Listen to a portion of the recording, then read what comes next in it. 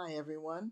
I'm the director for our New Zealand NGO, Common Knowledge Trust, and this week we've been doing a COVID-19 free quick birth skills online course.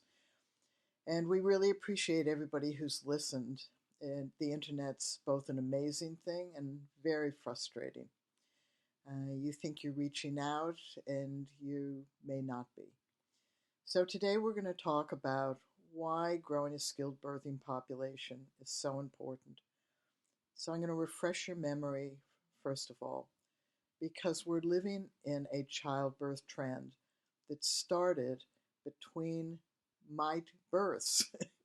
So when I gave birth in 1970 in the United States, and to some extent in modern countries around the world, there was a childbirth trend that had followed on before the first one, which was the post-World War II, which was more women going into the hospital, follow your doctor's orders. But in the 60s and 70s, there was a wave of people who were beginning to think that childbirth was becoming too medicalized as a standard of care, and that many women could birth without that medical care. And so three very famous obstetricians developed the first ever perception that women could be skilled to birth their baby. It was Lamaze, Bradley, and Grantley Dick Reed, or Childbirth Without Fear. And what they did was they developed at that point, because there was no internet, classes. They trained people to teach classes. And these were the very first childbirth preparation classes taught around the world and in modern countries. And so there was a very high societal expectation. And that's important because that's what we're going to talk about. It's why your birth impacts our societies and global societies. So when I and my husband attended a Lamaze class in 1970, we were one of multiple millions of families from the 60s to the 70s who learned birth skills, which meant that we went into the hospital where there were assessments, monitoring procedures.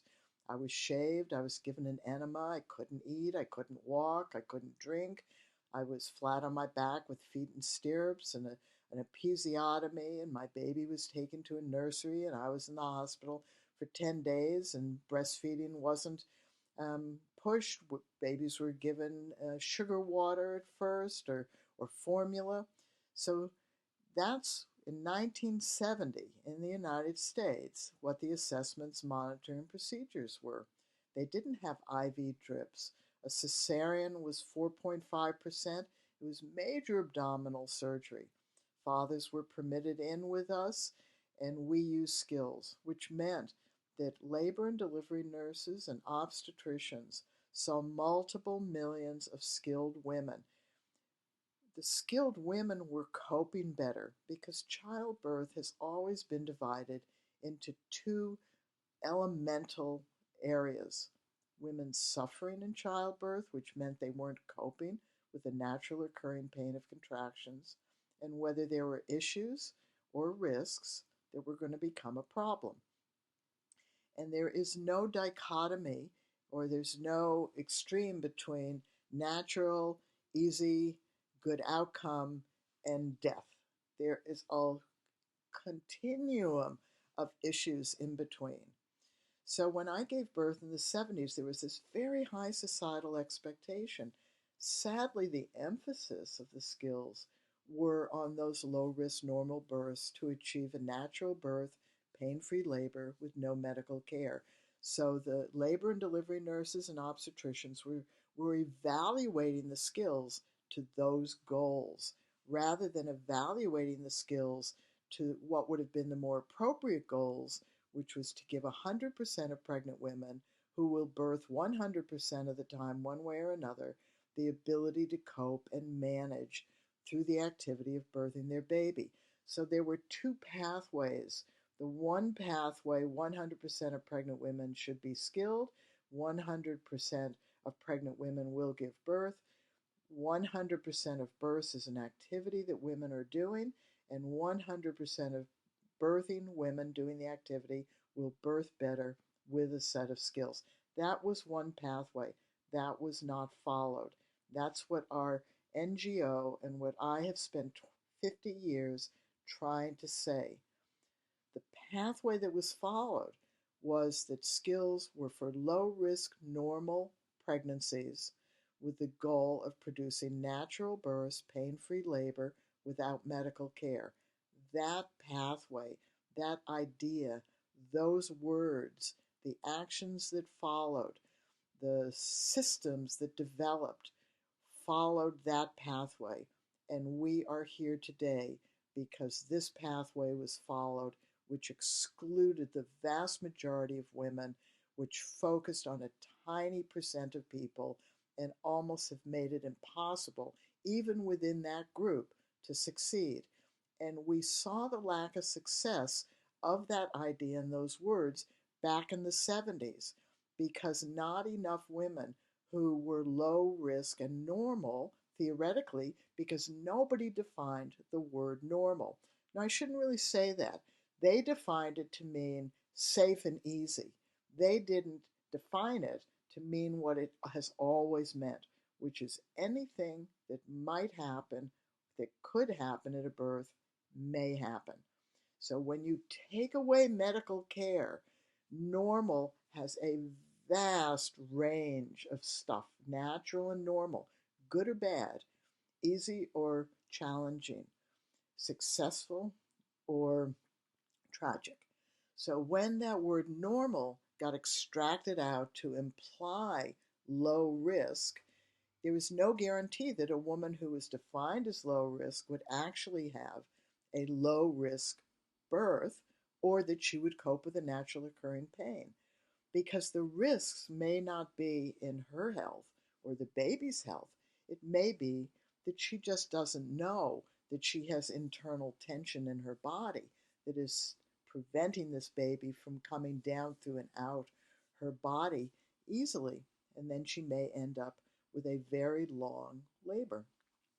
So between my birth in 1970 and my last one in 1982, the trend changed because the next group of natural birth advocates came along and said, see, skills don't achieve those narrow goals, and therefore skills are not essential for women to have. And that was actively promoted. Cows and cats aren't taught to birth. Women don't need to learn to birth. It was perceived as an insult that women needed to birth. In fact, famous authors would say women birth instinctively. They know how to birth because women have always birthed, so women need to be left alone to discover birth by themselves, which is funny because we wanted our husbands with us at birth because in the generation after the Second World War to the late 60s, we were left alone and we wanted someone to come and help us because we lacked skills. So what changed in the late 1970s and 80s was skills were dismissed. And that was the second problem. Remember the pathway? 100% of women give birth, 100% of women should be skilled, that skills should be focused on women not suffering or able to cope better throughout the activity they're doing. Remember that pathway that got ignored? Well, let's say it was ignored and suddenly people had picked it up and said, yeah, but we see women coping better. Labor and delivery nurses, obstetricians, midwives see skilled women coping better. Good idea. Let's join that with our next trend, which is that women should have the right to say no to medical care, or the choice-based trend we're in now. Imagine that. Imagine if skills and choices had come together from my generation to my children's generation to their children's generation, which is today. Imagine that. But that didn't happen because this other pathway that was focused very narrowly on low-risk women using skills to achieve a natural birth, pain-free labor with no medical care, that didn't exist. So skills were dismissed and then choices were put in place. So those women just need to say no to medical care. And the words medical assessment monitoring, and procedures were lumped into one word called interventions. And the implication of interventions then became they're imposed on women and unnecessary. So women were then supposed to say no to all types of medical assessments, monitoring procedures. And when our trust teaches workshops to birth workers, and we ask, particularly midwives, what does your profession want? They want more natural births. What's stopping that? Interventions. Let's list interventions. There's a list, a common list of 28 interventions that range from not being able to eat or drink, not being able to walk, not, having all the assessments, monitoring procedures that I had, or different ones, not having your membrane stripped, not having your water bag broken, not having drugs, not having a episiotomy, not having a forceps, not having a cesarean, so on and on and on.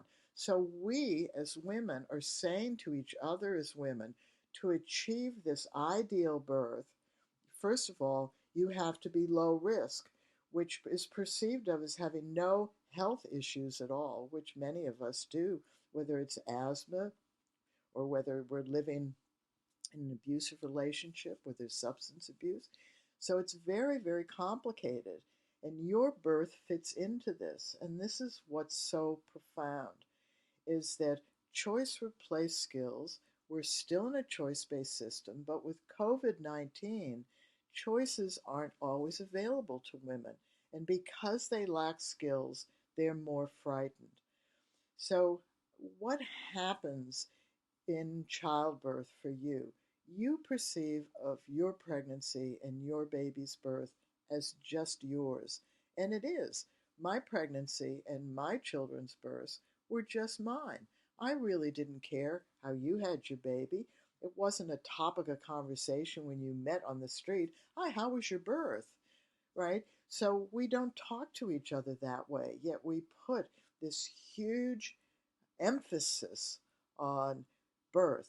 And as women, we do it in a mean-spirited way. 100% of us are going to give birth. 100% of us do this activity of birthing our baby. You would think that 100% of women who are pregnant and birth, who have birth, would have just admired another woman for doing the activity of birthing her baby. No matter where she birthed, no matter who was present, no matter her circumstances, no matter her beliefs, no matter her choices or lack of choices, and no matter what happened to her around her. But that has not grown into the conversation. The conversation has grown with the meanness that women have to one another. I had a home birth, you had a cesarean. And we know this meanness, but it extends into our own families. She was my home birth. He was my cesarean. Do you think your children really care? And I know there's been all this research. Breastfeeding is best. Natural birth is best. Vaginal birth is best because of the biomes. We understand that. However, if we're going to do that about childbirth, then we need to take that into environment. Why are we driving a car? We know it has pollution. Why are we using plastic? It pollutes. Why are we using chemicals in our homes that we know can damage us? So on the one hand, birth has become segregated out of the rest of the world, and the implication is that we have to have this perfect birth. And there is considered to be an ideal birth, and that is at home, in water, being left alone with a midwife who, as a famous midwife said, sits in a corner and knits, and as a famous other author, the woman is left alone to discover birth. That's the ideal birth. And in fact, what we see on YouTube often are births in which women are coping well. And often we only see the birth of the baby. We don't actually see the activity that women do. We certainly don't see the activity of women driving to the hospital, being prepped, and lying there for an extended period of time while they have a cesarean. We don't even in our minds think to ourselves, geez, if I had some breathing and relaxation skills, if I had prepared my body for birth and just enjoyed it, I would feel more engaged at the present time. I feel that I was doing the activity of welcoming my child from my body into my arms. We don't think that way because the ideas back then in the 60s took us down the path we're in now, which is to disregard every single birth except the birth that we really consider to be ideal, rather than having grown the first pathway that was available, which was skills for all women in order to cope, manage, and work through the activity of birthing their baby. So, how does this come back to you? If this is your first baby, you do not have a birth story to tell. If, like many of us, we've had one or more children, we remember our children's births and we tell birth stories in certain circumstances. Not often and frequently, but in a lot of places, we do share birth stories. We often share them with our children about the day they were born.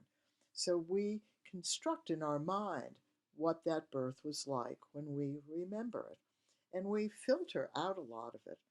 So, in the 50 years I've been involved in birth, I've been involved in birth globally for 50 years.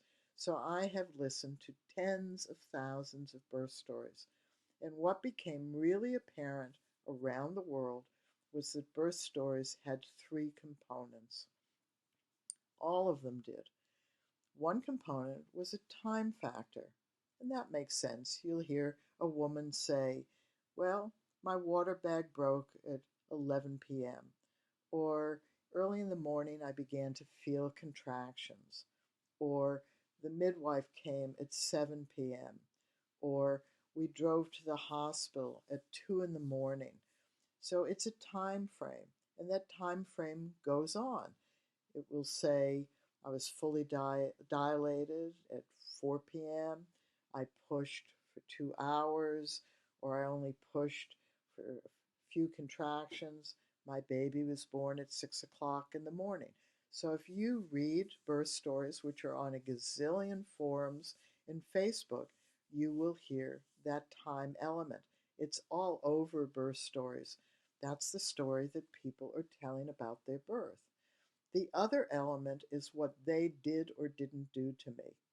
And that can range from your partner, your midwife, your doula, the staff in the hospital, your care provider. And it can be a positive or negative story about what they did or didn't do to me. I wasn't permitted out of bed. They said I could, I couldn't. They made me do this. This care provider was rough when they did an internal. My partner was useless. I just hated having them around. Or it could sound like this: I couldn't have done it without my partner. He or she was wonderful. I hung on them for hours.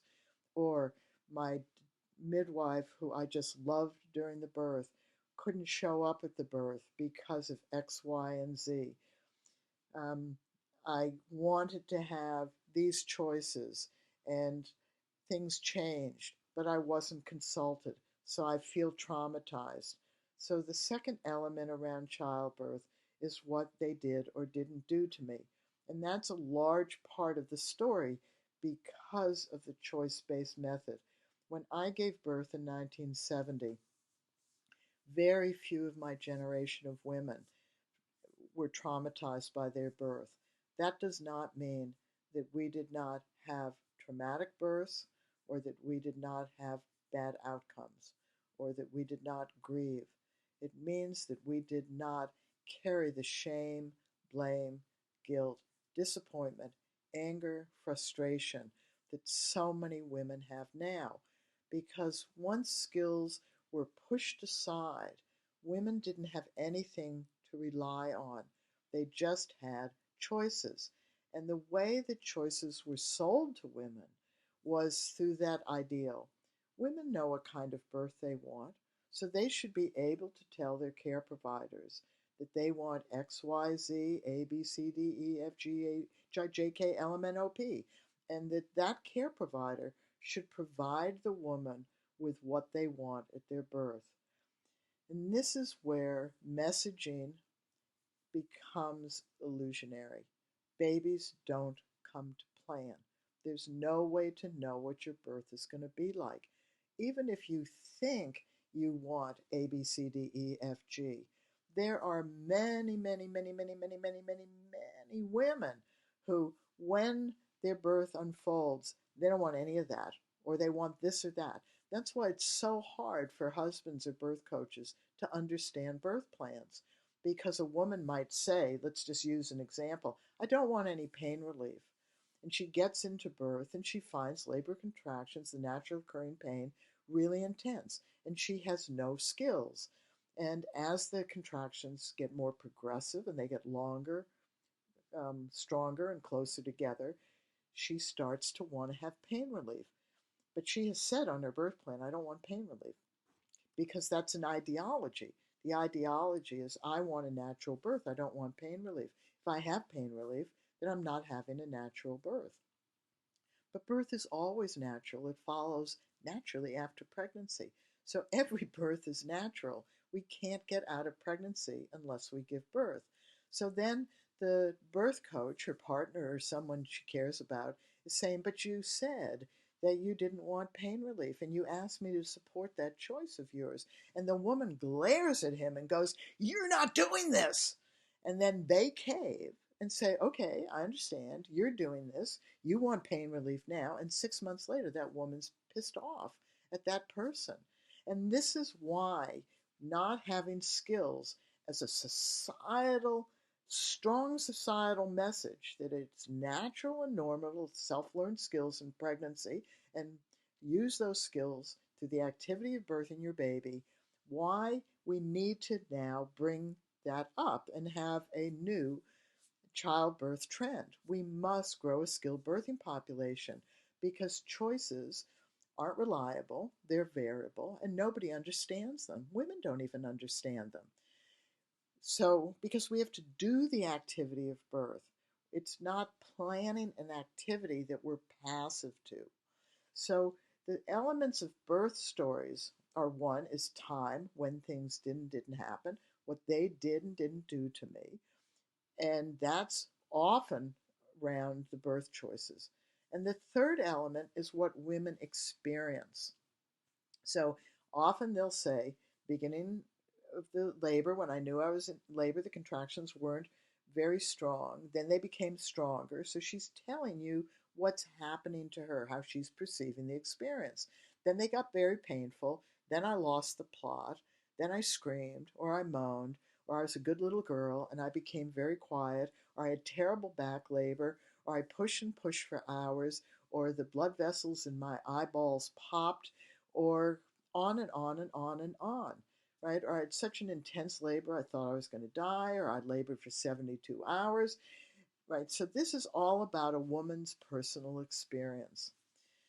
So there are these three elements. They are across the board in every single birth story you read or listen to or watch on YouTube. There is one element missing, because back then, when there was a high societal expectation that everybody attend these first childbirth classes, which were skills only because we had no choices, and we went into the hospitals with all these assessments, monitoring, and procedures, and used these beginning skills, multiple millions of women coped better. And when my generation talks about our birth, we do include time. We don't include what they did and didn't do to us because it was just part of the package, really. We didn't have any expectation that a labor and delivery nurse was nice to us or not nice to us, or that our obstetrician included us in decision making. So that was not part of our birth stories.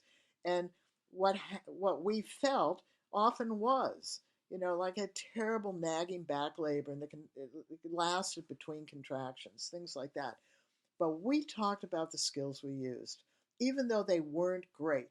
So we would say, the breathing, we really focused on our breathing. Our husband breathed with us. I really tried to relax. My husband kept lifting my arm to see if I was relaxed. So my generation that was infused in skills, where multiple millions of women and men were skilled working together as a team, the obstetricians and labor and delivery nurses saw that, except they had already been primed to believe that the goal wasn't about coping better, working together better, managing better, that the goal was to achieve this natural birth without medical care and a pain-free labor. So we have to understand that ideas that have language put to them have to produce the goal, have to produce the results. So if the idea back then had been 100% of pregnant women will give birth, it's an activity everybody does, everybody should have skills, the results would have shown that that's true. That when women are skilled, they birth better, they cope better, they manage better, they have better birth stories after the birth, regardless of what happens to and around them. But because the goals were very narrow to achieve this, they haven't existed. So the systems are changing because they're keeping the same goals. And that's a huge mistake. And now we're in COVID-19. What can people expect? Well, they've just done a study in a New York hospital, which is one of the hot spots for this cluster. And they're finding out that upwards to 20% of women are testing positive who are coming into labor and delivery, but they're asymptomatic. So that means that the care providers around them have to take extra precautions. So, and often the hospitals are now saying nobody can come in with them or only one person. Don't you think that people would be more confident and less frightened and more able to cope and manage if there had been a skilled birthing population and it had grown through these generations? We know that that would be true. And it's sad to us that it's not true. We can't make up for the stupidness of what occurred. We can't make up, and it was stupid because people knew women suffered. People knew that was the bigger issue rather than life and death. That was the much bigger issue. And we also knew that modern people had a very high expectation that the medical profession would prevent the risks that become problems. We demanded all of the changes in modern maternity care.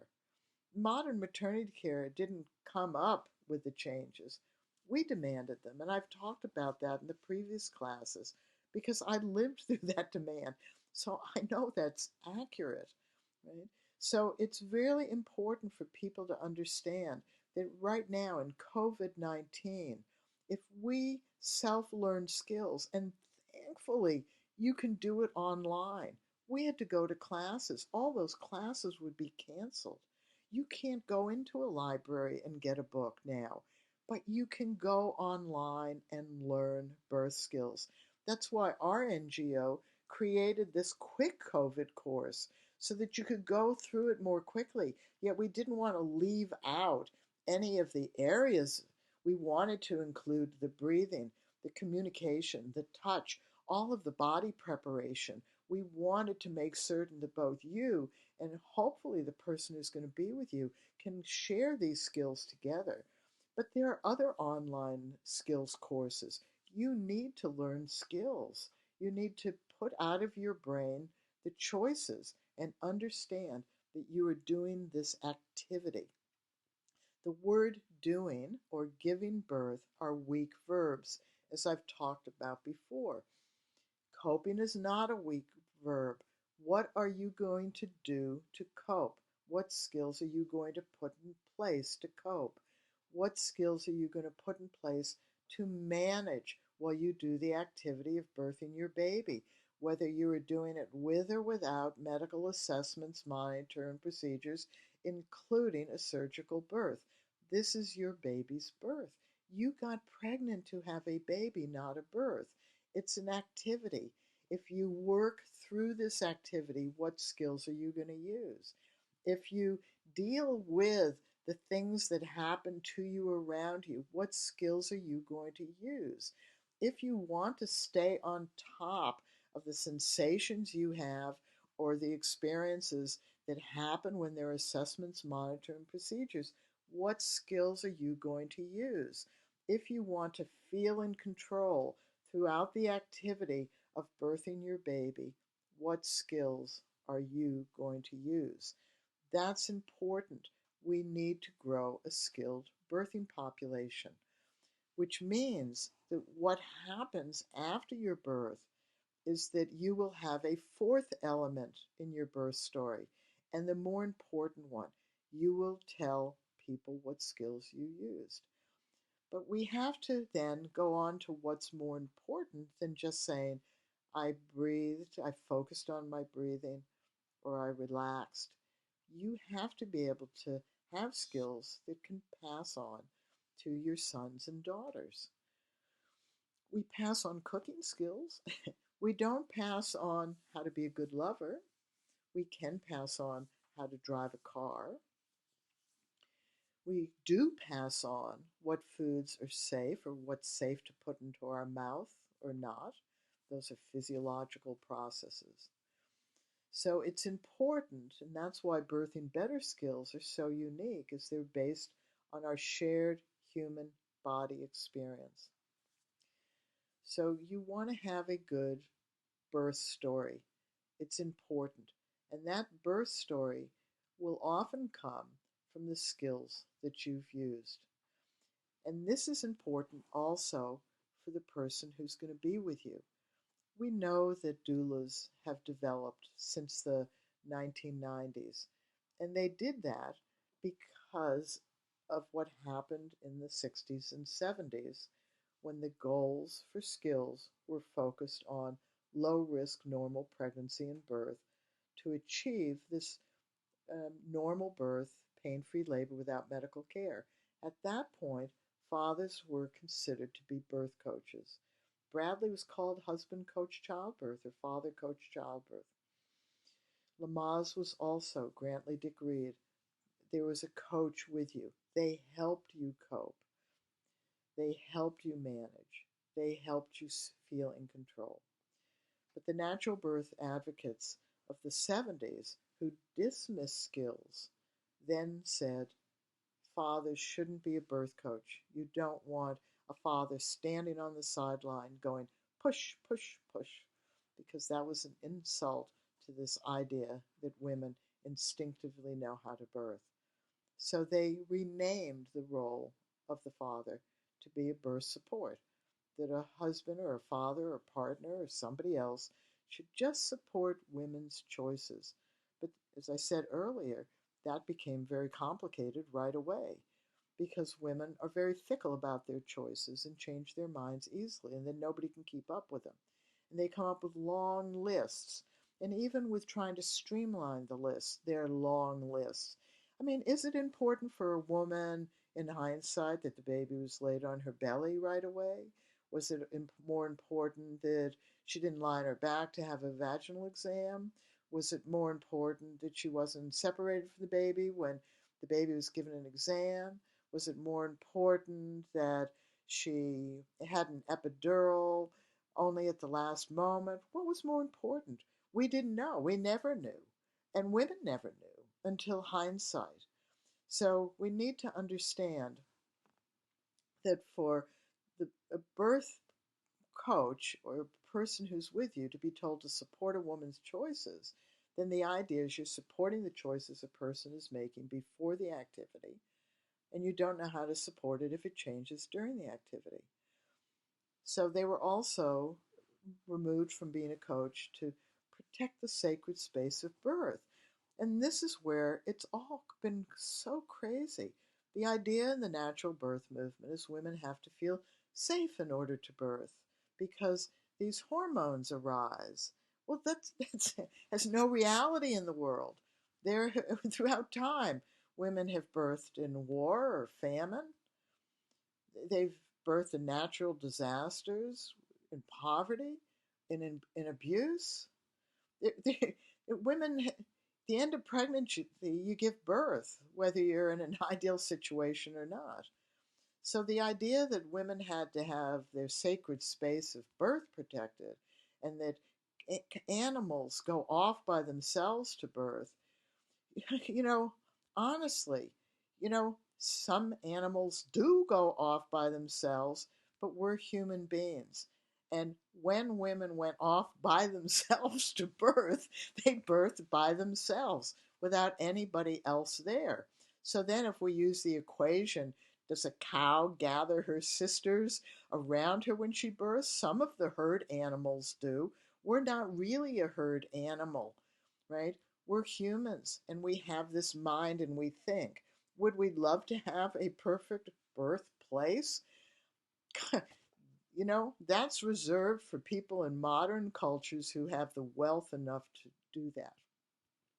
When I work with very religious families that have 10 to 20 children, they can't wait to go to the hospital to have a break. So we have to understand that when the birth coach is set up to fail as supporting choices and protecting the sacred space of birth, we've set up the family to fail in the future because the woman then has an expectation of her partner, and when that partner fails, she will shut him out when the baby is born. We know this because we hear this from both men and women. If a partner didn't have the skills to help in a birth, he knows he was useless and helpless. She knows he was useless and helpless and disappointed her. And when she has to then take care of the baby, she doesn't want his fumblingness to intrude on her needing to get the activities done. So she pushes him away. And we hear again and again and again, 18 months to 2 years later, I'm taking care of two babies. I don't need that. And the relationship disintegrates. But imagine if in the 60s and the 70s we had used skills to focus on the coping, the managing, to doing the work of birth, and that the birth coach was equally skilled, and that the families worked together as a team, as we did, even with the primitive skills of Lamaze and Bradley and Grantley Dick Reed. If that had continued to evolve, even with choices, if we had grown and evolved skills as Birthing Better has evolved skills so that you can prepare your body from 24 weeks onward and do the internal work from 32 weeks onward, and the partners can understand the shared common set of skills to work together from these two very important roles, giving birth and coaching a woman, seeing and hearing and helping her feel in control.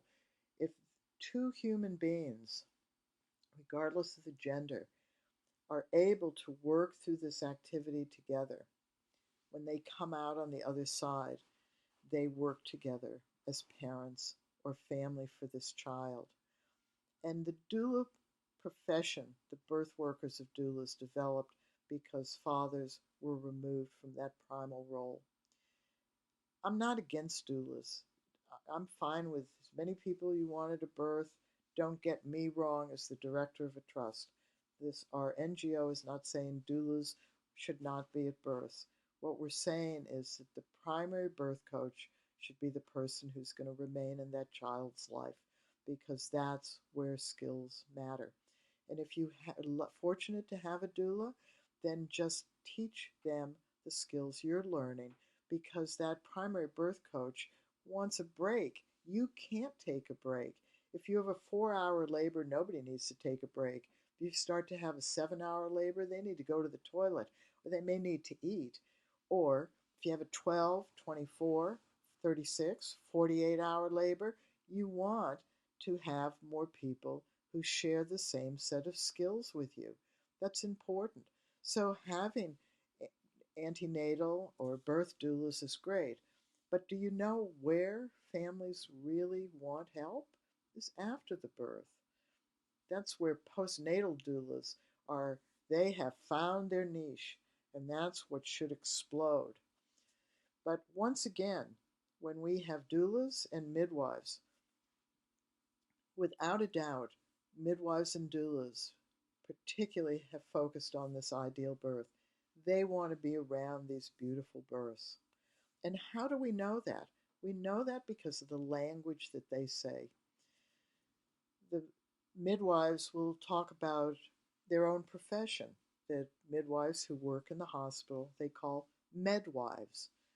And midwives who do home birth, they consider to be the true midwife, the community midwife, the independent midwife, the ones who are attending these low risk normal births, these beautiful births. But that isn't the reality of you or me or millions of other women birthing. We want our baby's birth to be dignified. We want the people who are around us at birth to dignify our birth experience.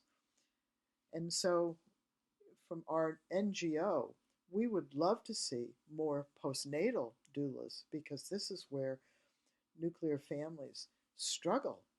They'd love to have 6 weeks of someone to cook and clean and shop and take care of the kids and give you a break so that you can sleep.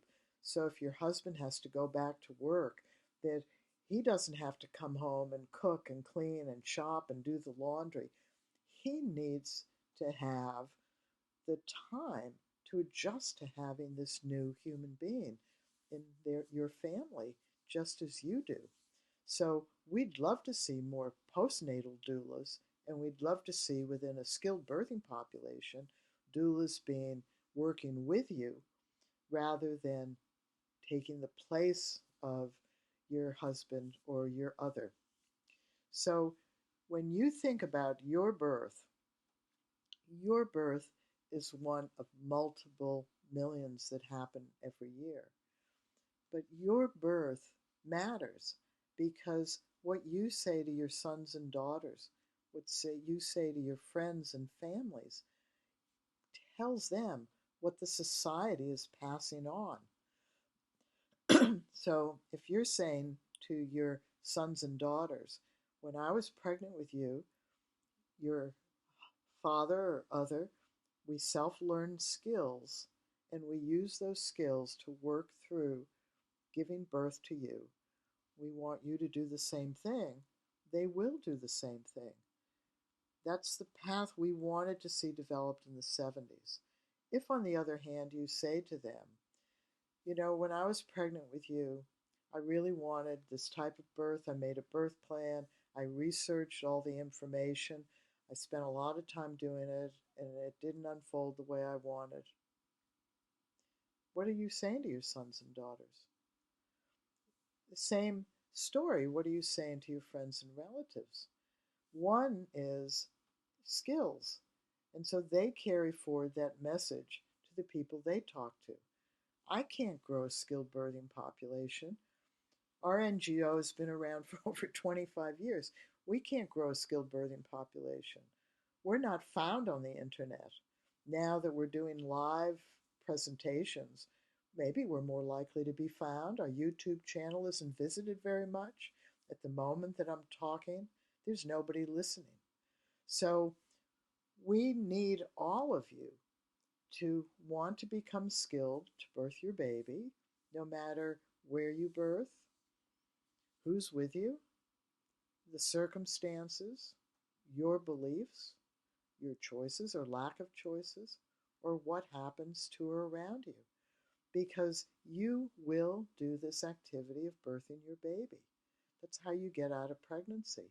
And when you are skilled to do it, you actively engage in this phenomenally life transforming gateway experience that you will remember the rest of your life. So you are setting yourself up in pregnancy to have a birth story that you remember.